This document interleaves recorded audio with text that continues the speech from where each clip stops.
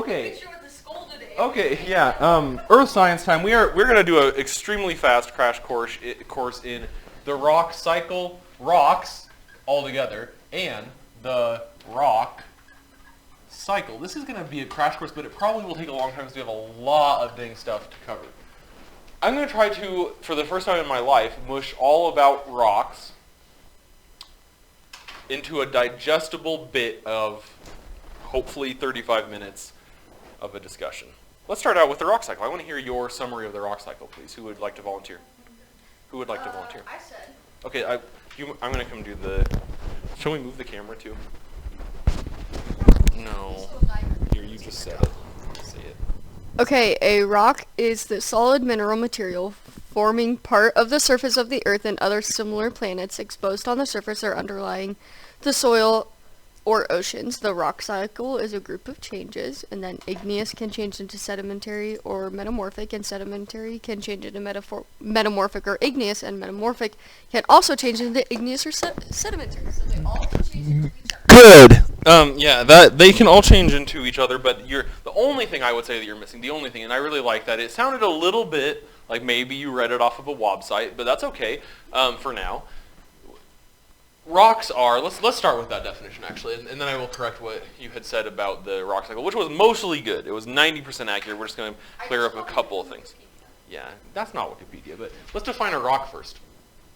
Solid, that's what she said. Solid, that's what she said. And well, what else? It was made of mineral material. Or made of mineral. Let's put maybe made of minerals. And when I say maybe, let's also put usually, I've got a double parenthesis going on here, usually made of minerals. Usually made of minerals. But when I say usually, I mean that of the rocks that we acknowledge their existence and have a name and a category, etc. for them, most of them are made of minerals. Not all rocks are made of minerals. Every mineral, every individual mineral, is itself a rock because it's a solid earth material. It may be overlain by soil. There's kind of, because rock is a sort of hazy distinction, there's kind of a fine line between what is a rock and what is soil. There's also a fine line between, do minerals make up rocks, do minerals not make up rocks? What is a organism and what is a rock? Even like you think about the shell of a snail, that is technically a rock. It's a solid earth material. It's certainly not a mineral. Remember, we had different criteria for minerals. But rocks is kind of, you would know a rock if you saw it. Have you seen a rock? Raise your hand if you've seen a rock. Everyone even has seen a rock. You know a rock when you see it, but there are also some things that are distinct from rocks and parts of rocks that people don't normally recognize. But now let's go into the rock cycle. So I like this okay definition of rock, and I'm willing to let the definition be okay because it's kind of an ephemeral subject. It's kind of a philosophically unsound topic, rocks in general, so it's okay to have a philosophically unsound definition of a rock. The rock cycle. This is going to be the most important part of the discussion, probably. What three things should we put on the rock cycle? What are the three? Let's do this. As with most diagrams that we do in here, let's have a little box or some other symbol for the actual products of the cycle, and then let's have another symbol for the processes. What symbol should we use for the processes? Arrows. Yeah. So what should we have? What are our products going to be? So it's going to be igneous, metamorphic, and sedimentary. Igneous and metamorphic and sedimentary what? Rock. I am just going to write what you said, igneous, metamorphic, and sedimentary. Let's give each of these guys a nickname. What's a good nickname for the igneous guys? Lava boys. Okay, sure. Lava boys. We're going to give them a nickname, understanding that the nickname is not everything. Just like my nickname could be Davey. People don't normally call me that, but it could be that. That does not encompass all of who I am. That is certainly at least part of who I am. There are probably moods or psychological disorders that I have that could be described as Davey. But it is not everything. Not every igneous rock is actually made from lava, but calling him a lava boy, that's okay. What could we call sedimentary rocks? I don't know. Brocken. Okay. Sure, I like that. Not every sedimentary rock is brocken, but you're getting at it. And the metamorphic. You named this one since we had everyone else named a different one.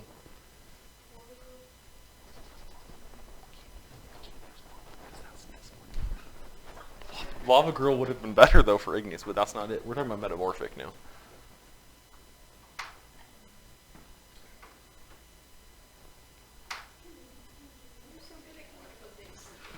Come up with it. Well, what are the processes that form a metamorphic rock, as you know?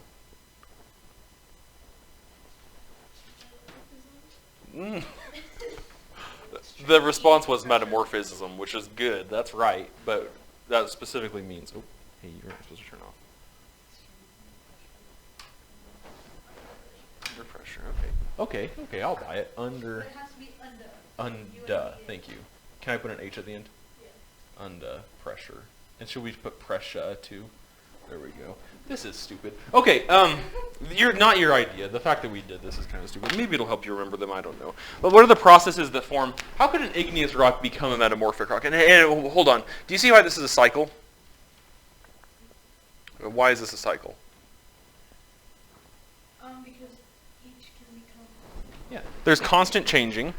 And the same materials that were one can become another. And over time, over the very long geological time scale, it's possible that each bit of rock on the planet has undergone many or all of these processes. So what process could we label would transform an igneous rock into a metamorphic rock? Metamorphism. Okay. And that's, you had said earlier, what specific process? You're right. Metamorphism is the name of the process. Yeah, heat and pressure. Heat and pressure specifically without. What must not happen for metamorphism to occur? What can't happen? If something else happens, it's also associated with heat and pressure happens, that's no longer a metamorphic. Liquefaction. No. Magma solidification. No.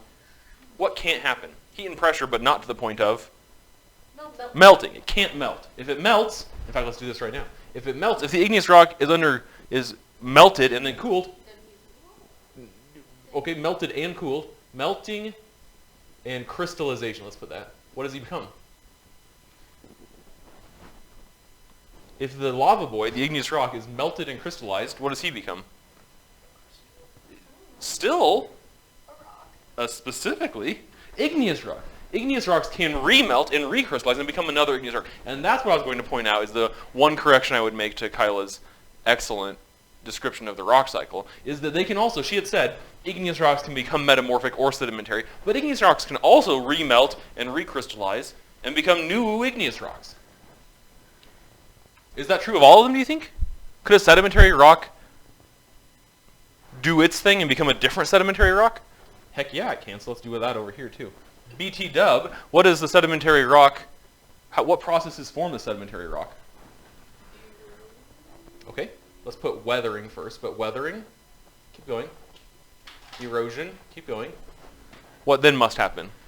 These two things together make and move what? The weathering makes these, and the erosion moves them. What are we talking about? Weathering breaks the little things into something. Yeah, and then erosion moves the sediments. Good. Make and move sediments. That's what weathering and erosion does. And then what else must happen for it to become a rock again? Yeah, not necessarily compressed, but we call it usually compaction and cementation, which is to be cemented and compacted. Compaction and cementation. So these two things change the sediments into rock. Sometimes we call those together lithification. I like that. Lithification. To become, lithos, the Greek for rock. To become stone. Lithification. I'm going to rewrite this so it's actually legible.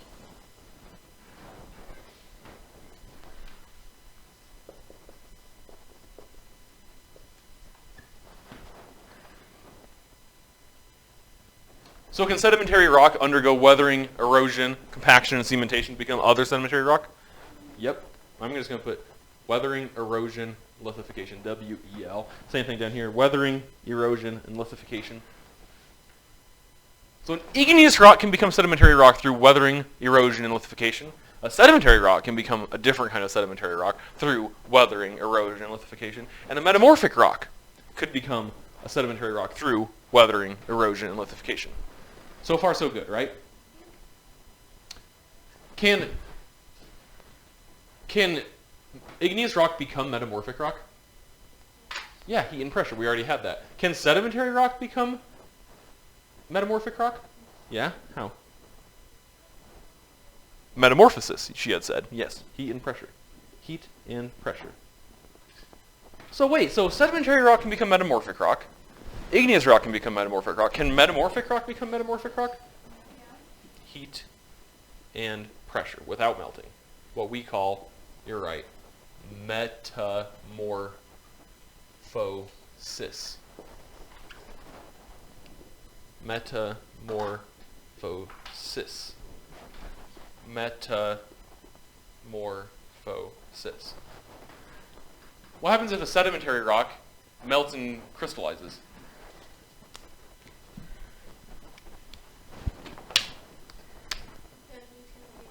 Yep. Melting and crystallization. What could we say instead of crystallization?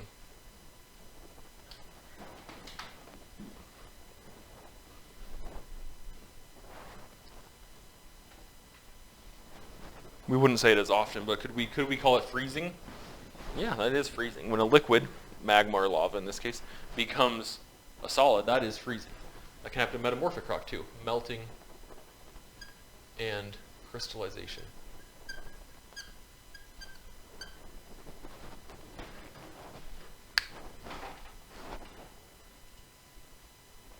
It's a cycle.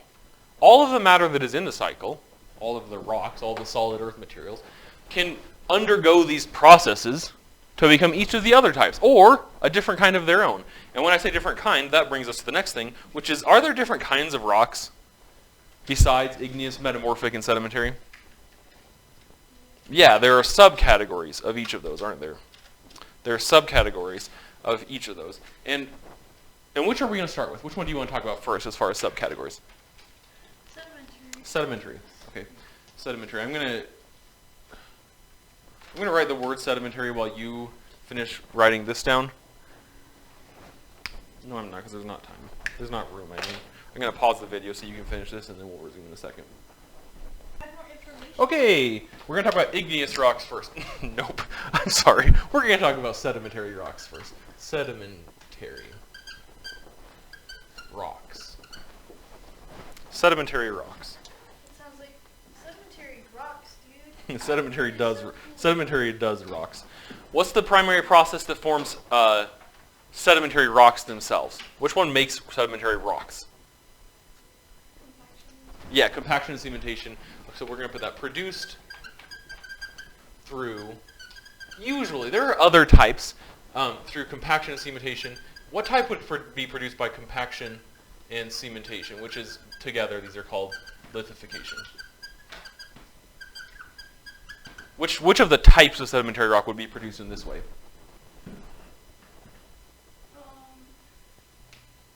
From your lab, do you remember the types of sedimentary rocks? Which one would be produced by the broken materials that make up planet Earth being compacted and cemented? What did you say? I was saying all of Okay, what was one? Because it's going to be one, right? Yeah, those are true, but that's not them. That's not this one. This is probably the by percentages would be the one that's the most abundant, I would say. What's the other kind of sedimentary rock?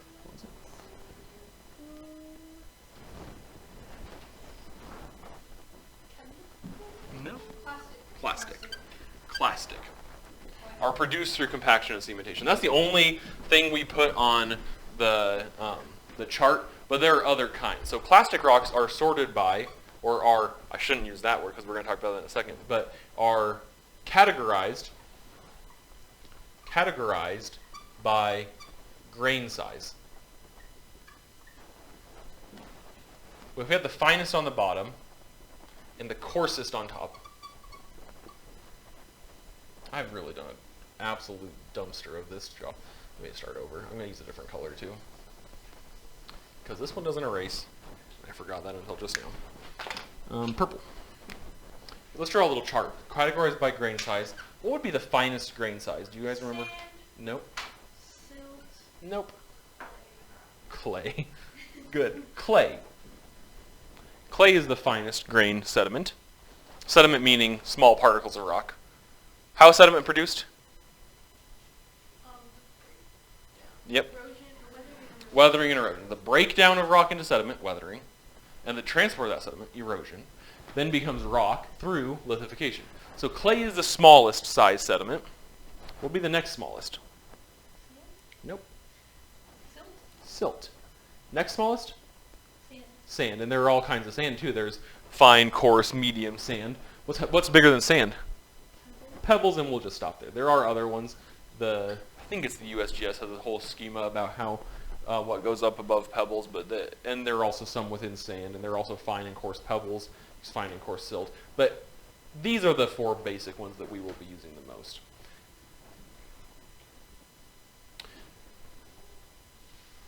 Another way that classic sedimentary rocks are sorted or are categorized is by their sorting. We could have something that's poorly sorted, meaning a mixture of all different sizes. Do you kind of remember from last year that we used different symbols to represent the different sizes of sediment? Yes.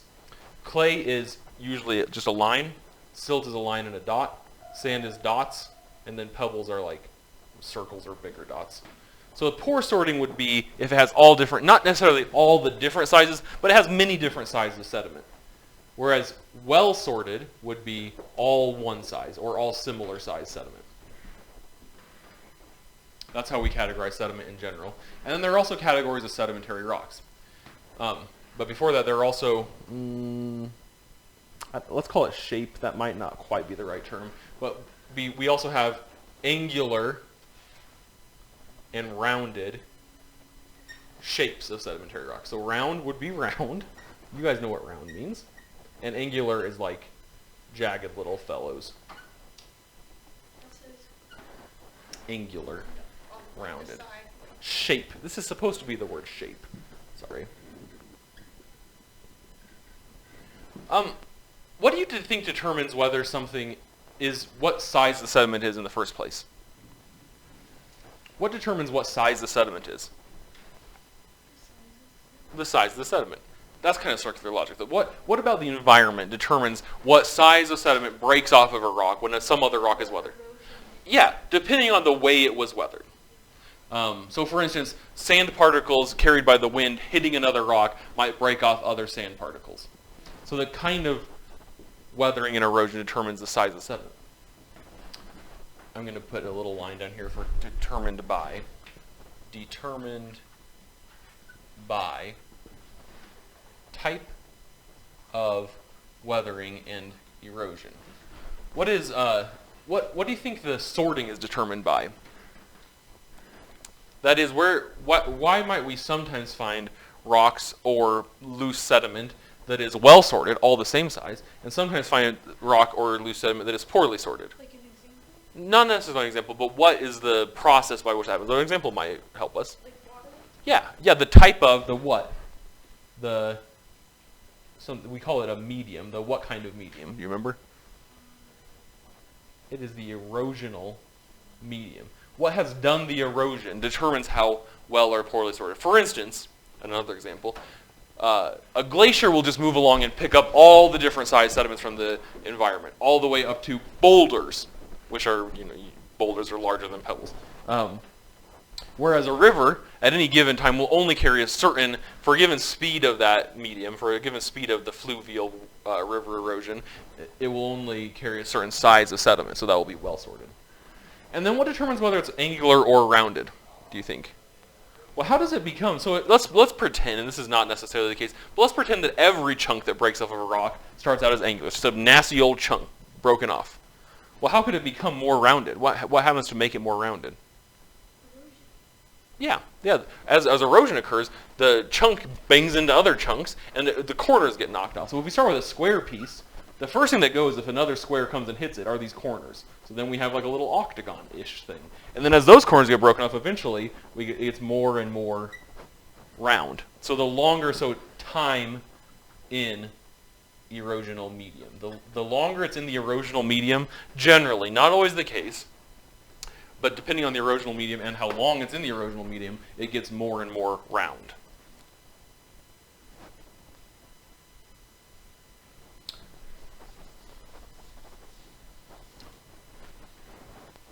we have different names for the, let's do another column here, names. If it's pebble-sized and they're rounded, round pebbles. If the grains are round pebbles, we call that conglomerate. Oh, I ran out of room. This says conglomerate. Don't at me. If it is angular pebbles, we call that breccia. If it's sand, can you guess what we call it if it's sand? Sandstone. Sandstone. Can you guess what we call it if it's silt? Siltstone. And if it's clay? Mm-mm. You do know, though. Is it lava? Granite? Starts with a sh. Shale. Can you And these are all C-O-N-G-L-O-M-E-R-A-T-E. Con-glom-rate. And these are all what kind of rock? Sedimentary. Specifically, clastic sedimentary rock. Are there other kinds of sedimentary rock? What are they? Organic and chemical. I'm going to switch colors again. Blue. Organic sedimentary rock is formed how? Formed by what very fundamental process on planet Earth forms many things, but also forms organic sedimentary rocks?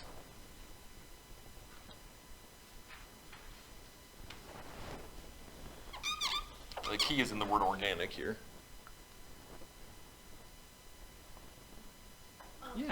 Yeah, formed by life. Give me some examples. And these ones we're not going to go into a huge amount of detail with. What's that? Shells, yep. So we have fossiliferous rock, usually it's limestone. Speaking of limestone, one way that limestone can form is through living things. So limestone, usually we call that chalk if it's formed by living things. This marker's had better days. And then also there's coal, which you know about coal, and you can look up coal if you need more information about that. What's the other kind of sedimentary rock? Chemical. So whereas classic sedimentary rock formed through the physical breakdown and then the removal or moval and then the lithification of chunks of sediment, chemical sedimentary rock forms from a chemical solution, from a solution. And these would be things like, so the mineral starts out dissolved in water, and then when the water evaporates, the chemical sedimentary rock is left behind. Things like halite, chert. Limestone can form in this way.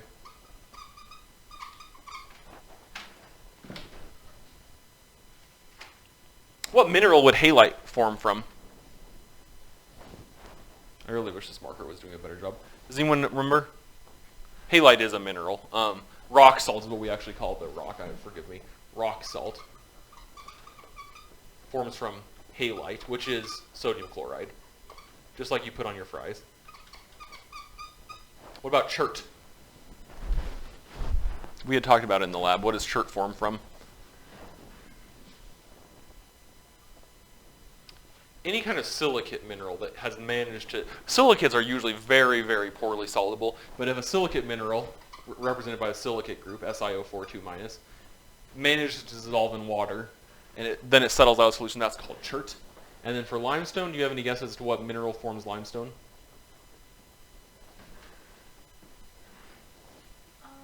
Mineral? It's your favorite. It's calcite, Oh, which is calcium carbonate, CaCO3, cocar, calcium carbonate, CaCO3. You remember from the mineral calcite that if that mineral dissolves in acid, remember we put the acid on it and the little bubbles up? It'll also do that in water if the water is even a little bit acidic, like if there's carbon dioxide in the atmosphere, which there is. the limes or the mineral calcite can dissolve in water, and then as that water sits and the water evaporates, the calcite is left behind forming limestone. Please understand that this is a brief little glance at these things. Every single one of the basically words I have written on the board, there's a whole probably subject of physical geology devoted to that, of studying it. But this is a kind of very surface level view of sedimentary rocks, which probably is all we'll have time for today. We might get to metamorphic as well. What is under rock salt? Halite. This really bad mess here is supposed to be the word halite, which is a mineral, if you remember.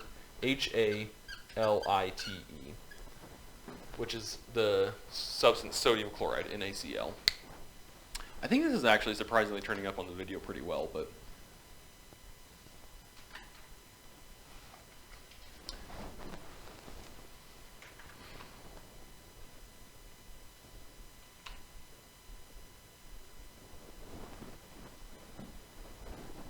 questions about sedimentary rocks? Let me see if there's anything else that we just have a little bit of time left. We'll probably do metamorphic and igneous tomorrow. Will you all be here tomorrow? There's another name for organic sedimentary. Your current text calls them organic sedimentary. Our previous text and the way I learned it in college called them biochemical, so please write that down too. That's a synonym for organic sedimentary rocks. I'm just looking over the test to see if there's anything else I missed.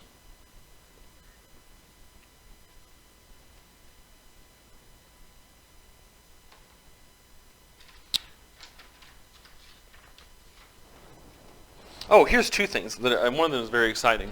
Well, maybe they're both very exciting, depending on who you are. What's a good way that we can tell these apart? What's the main difference between these different kinds of classic sedimentary rocks, to go back to this?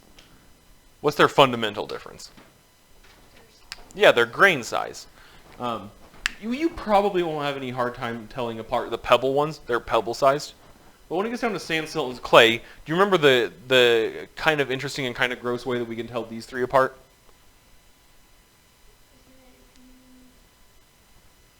You can kind of flake them all off, not really flake, but if you rub each of them, you can get them in between your fingernails, or fingers, and you put it on your teeth. The sand one, you can feel on your teeth. You can feel it gritting around. The silt one, less, probably not at all, and the clay one will feel very smooth. The clay one will just feel like water. So that's kind of a gross way, but you can tell those apart by their grain size. And that's one of the ways you can do it. And then the exciting thing is that what's so special about sedimentary rocks? First of all, we see them mostly on the surface. That's where the processes that form erosion and weathering, the processes that form classic sedimentary rocks, and even the processes that form chemical and biochemical sedimentary rocks are surface processes.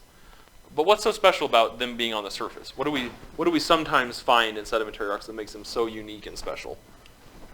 And why we went, one of the reasons we went to the college to look at the museum. We find Fossils, yeah, fossils is the coolest part about sedimentary rocks, because since these processes, including organic sedimentary rock, happens on the surface, a thing which also lives on the surface, a critter, I'm doing flying, flies around and then dies, lands in the dirt, and very occasionally, very rarely, it can be, these processes can happen over top of it, preserving its remains, which is pretty neat. So we really only got through sedimentary. Do you have questions? What are your questions about sedimentary rocks? I think I'm good. It was like a big review for me. Yep. Okay.